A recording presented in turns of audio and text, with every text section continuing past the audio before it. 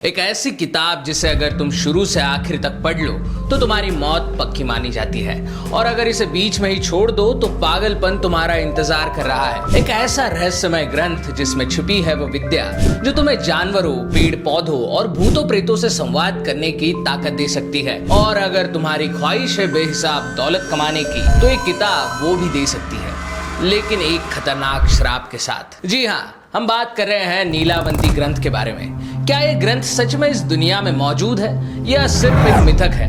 अगर ये सच है तो इसे आखिर लिखा किसने था और क्यों? क्या वाकई भारत सरकार ने इस पर बैन लगाया हुआ है या ये सिर्फ लोगों को डराने की कहानी है?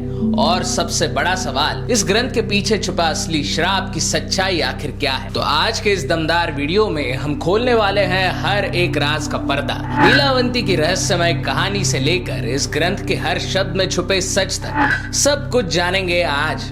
लेकिन एक वार्निंग है, अगर तुम कमजोर दिल के हो या जल्दी डर जाते हो तो इस वीडियो को रात में और अकेले देखने की गलती मत करना, क्योंकि ये सिर्फ एक कहानी नहीं है, एक ऐसा श्रापित सच है जिसे जानने के बाद शायद तुम पहले जैसे ना रहो। नीलावंती ग्रंथ का नाम आते ही एक ऐसी रहस्यमय शक्ति की छवि सामने आती है जिसे साधारण नहीं बल्कि गुप्त तांत्रिक ताकत माना जाता है। कहा जाता है कि नीलावंती कोई आम स्त्री नहीं थी, बल्कि एक ऐसी दिव्य सत्ता थी जो पेड़ पौधों, जानवरों और यहाँ तक कि भूत प्रेतों से भी संवाद कर सकती थी। जब इस विषय को थोड़ा और गहराई से खंगाला गया तो ये सामने आया कि नीलावंती को एक यक्षिणी के रूप में देखा जाता था। अब यक्षिणियां भी एक जैसी नहीं होती, कुछ रक्षक की तरह काम करती है तो कुछ इंसान को विशेष सिद्धियां देती है, जबकि कुछ ऐसी भी होती है जो जिंदगी में विनाश लेकर आती है।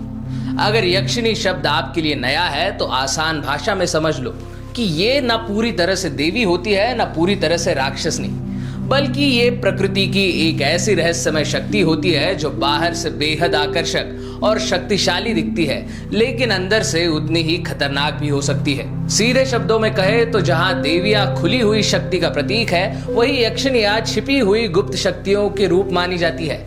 अब यहाँ सबसे बड़ा सवाल खड़ा होता है कि अगर आखिर नीलावंती जैसी यक्षिणी ने अपने ज्ञान को एक ग्रंथ में क्यों उतारा, उसने अपनी सारी शक्तियों को शब्दों में क्यों बांधा और फिर उसी ग्रंथ को खुद ही श्रापित क्यों कर दिया?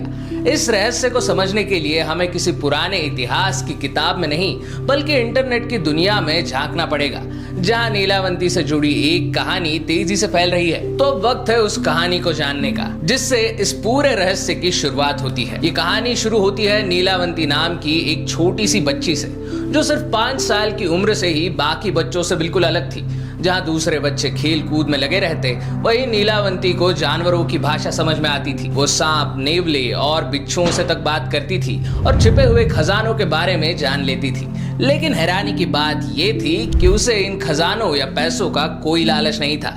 ये सब उसके लिए बस एक स्वाभाविक शक्ति थी। समय के साथ जैसे जैसे वो बड़ी होती गई, उसकी शक्तियां और भी गहरी होती गई। अब वो सिर्फ जानवरों तक सीमित नहीं रही, बल्कि भूतों, प्रेतों और पिशाचों से भी संवाद करने लगी थी। उनसे बातचीत करके वो किसी भी इंसान का अतीत और भविष्य तक जान सकती थी। लेकिन इन शक्तियों के साथ उसकी जिंदगी आसान नहीं रही, बल्कि और भी जटिल हो गई। धीरे धीरे ये आत्माएं उसे सपनों में दिखने लगी, जहां वो उसे अलग अलग मंत्र और गुप्त विद्याएं सिखाती थी। फिर एक रात उसके सपने में एक ऐसी सच्चाई सामने आई जिसने सब कुछ बदल दिया।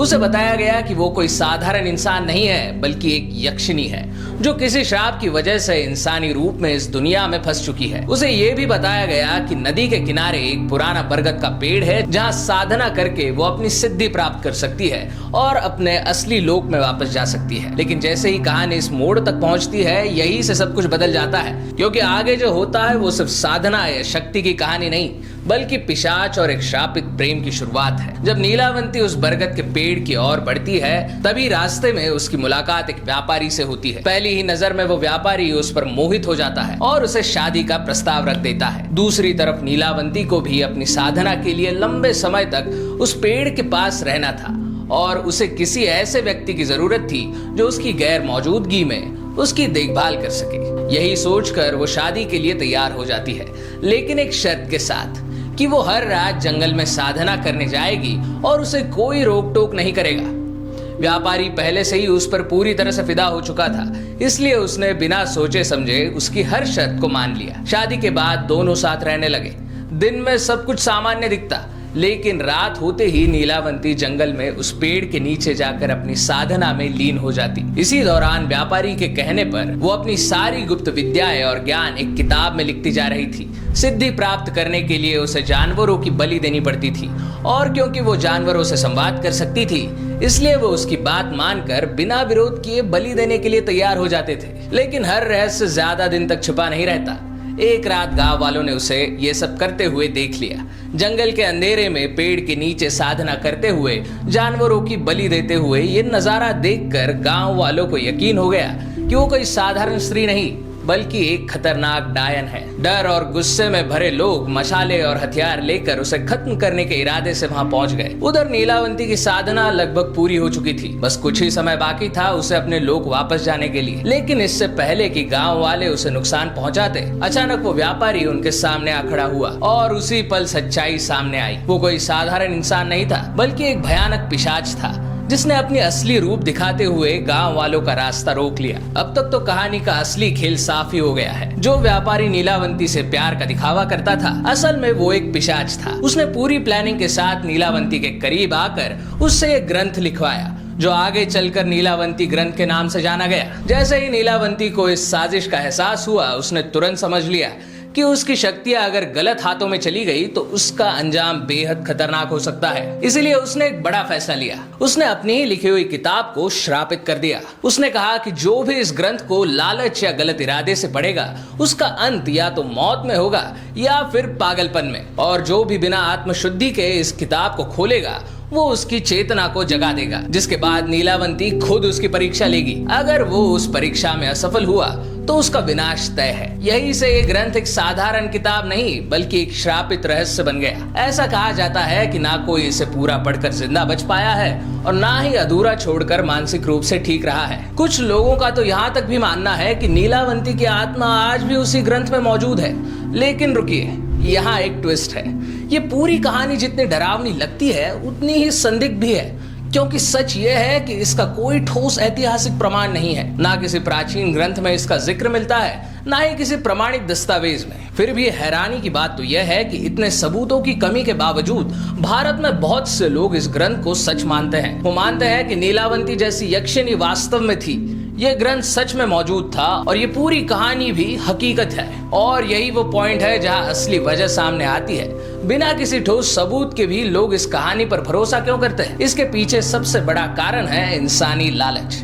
क्योंकि लोगों को लगता है कि अगर नीलावंती ग्रंथ जैसी कोई चीज सच में मौजूद है तो उससे ऐसी शक्तियां मिल सकती है जो आम इंसान के बस की बात नहीं। कहा जाता है कि इसके जरिए छिपे हुए खजानों का पता लगाया जा सकता है, समय के आगे पीछे झांका जा सकता है और भूत भविष्य तक की जानकारी भी ली जा सकती है। यानी इंसान वो सब कर सकता है जो वो हमेशा करना चाहता था। यही लालच इस ग्रंथ को आज तक जिंदा रखे हुए है और इसके साथ जुड़ी कहानियों को भी। जरा सोचो, हमारे देश में कितने लोग सच में ग्रंथ पढ़ने के शौकीन हैं? कितने लोग वेदों और पुराणों को समझने में समय लगाते हैं? आज के दौर में तो सब लोग साधारण किताब पढ़ने से भी बचते हैं, क्योंकि उनका ज्यादातर समय सोशल मीडिया और रील्स देखने में ही चला जाता है। लेकिन जैसे ही बात आती है छिपे हुए खजाने की, ढेर सारे पैसों की, सोने चांदी और सुपर नेचुरल पावर्स की, तो वही इंसान किसी भी किताब को पढ़ने के लिए तैयार हो जाते हैं। और यही बात पूरे मिथक को इतना खास बना देती है। इसका मतलब ये बिल्कुल नहीं है कि ऐसी शक्तियां कभी अस्तित्व में थी ही नहीं। ये पूरी तरह संभव है कि प्राचीन भारत में किसी रूप में ऐसी विद्याएं मौजूद हो सकती थी, जहां लोग प्रकृति, जानवरों या आत्माओं से संवाद कर सकते थे। लेकिन दुर्भाग्य से वो ज्ञान आगे पीढ़ियों तक नहीं पहुंच पाया, नहीं वो परंपरा बच पाई। आज हमारे पास जो बचा है वो सिर्फ एक कहानी, एक अफवाह है, जिसने समय के साथ एक रहस्यमय रूप ले लिया। मुझे पता है शायद इस वक्त मैं तुम्हारी एक्सपेक्टेशंस को तोड़ रहा हूँ। तुम यहाँ एक डरावनी, मसालेदार, भूतिया कहानी सुनने के लिए आए थे, जैसी आमतौर पर यूट्यूब पर सुनाई जाती है। एक ऐसी कहानी जिसमें यक्षिणी, रहस्य और सुपरनैचुरल पावर का तड़का लगा हुआ है, जो तुम्हें ये उम्मीद दे कि सच में कहीं ना कहीं ऐसी कोई किताब मौजूद है जो तुम्हारी जिंदगी को शॉर्टकट में बदल सकती है। एक ऐसी किताब जो तुम्हें रातों रात अमीर बना सकती है, तुम्हें ऐसी शक्तियां दे सकती है जो आम इंसान के बस की बात नहीं है। लेकिन अगर पूरी ईमानदारी से बात करें तो हकीकत इससे काफी अलग है। ऐसी चीजें असल दुनिया में मौजूद ही नहीं होती, और अगर होती भी है तो सिर्फ इंसानी कल्पना तक सीमित रह जाती है। सच तो यह है कि ऐसा कोई मंत्र या किताब नहीं है जो एक झटके में किसी की किस्मत बदल दे। सकते। और मान भी लो कभी ऐसा कुछ रहा भी हो तो उसकी असली कॉपीज इतनी गुप्त और छिपा कर रखी गई होंगी कि आम इंसान तक उनका पहुंचना नामुमकिन है। इंटरनेट पर जो भी पीडीएफ या कॉपीज घूम रही है जिन्हें लोग डाउनलोड करके पढ़ते हैं वो ज्यादातर फर्जी और मनगढ़ंत है। अब बात करते हैं उस सबसे बड़े मिथक की, नीलावंती ग्रंथ को भारत सरकार ने बैन कर रखा है या नहीं। सच यह है कि ऐसा कुछ भी आधिकारिक रूप से नहीं है। कानूनी तौर पर इस किताब को पढ़ना, खरीदना, बेचना बैन नहीं है।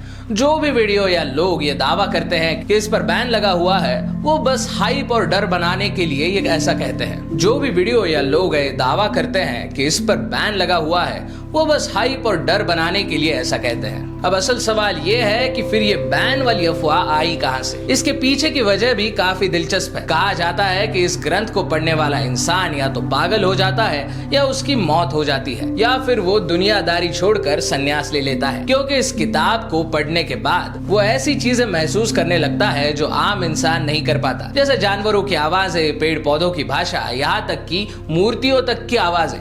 ऐसी स्थिति में इंसान दुनिया के दुख, दर्द और अन्याय को इतनी गहराई से महसूस करने लगता है कि वो सब कुछ छोड़ देता है या तो फिर मानसिक रूप से टूट जाता है। पुराने समय में लोग इन बातों को गंभीरता से लेते थे, इसलिए माता पिता और बड़े अपने बच्चों को ऐसी चीजों से दूर रहने की सलाह देते थे। धीरे धीरे यही डर एक अनौपचारिक बैन की तरह काम करने लगा। यानी असल में इस ग्रंथ को सरकार ने नहीं बल्कि लोगों की सोच और डर ने बैन किया है। अगर तुम आज भी किसी ऑफिशियल सोर्स, सरकारी वेबसाइट या डॉक्यूमेंट को चेक करोगे तो तुम्हें ऐसा कोई भी रिकॉर्ड नहीं मिलेगा जहां नीलावंती ग्रंथ को बैन बताया गया है। न कोई कानून, न कोई आरटीआई, न ही कोई सरकारी लिस्ट इसे प्रतिबंधित मानती है। और अगर मान भी ले कि ऐसा कोई ग्रंथ कभी अस्तित्व में था भी तो मेरा मानना है कि इसे छिपाने की बजाय उस पर रिसर्च होनी चाहिए ताकि हमारे प्राचीन ज्ञान का असली सच आज की पीढ़ी तक पहुंचे। सीधी बात है, जैसे ही किसी चीज के साथ बैन शब्द जुड़ जाता है उसका क्रेज अपने आप बढ़ जाता है। लोगों को लगने लगता है कि इसमें जरूर कोई सीक्रेट छिपा है,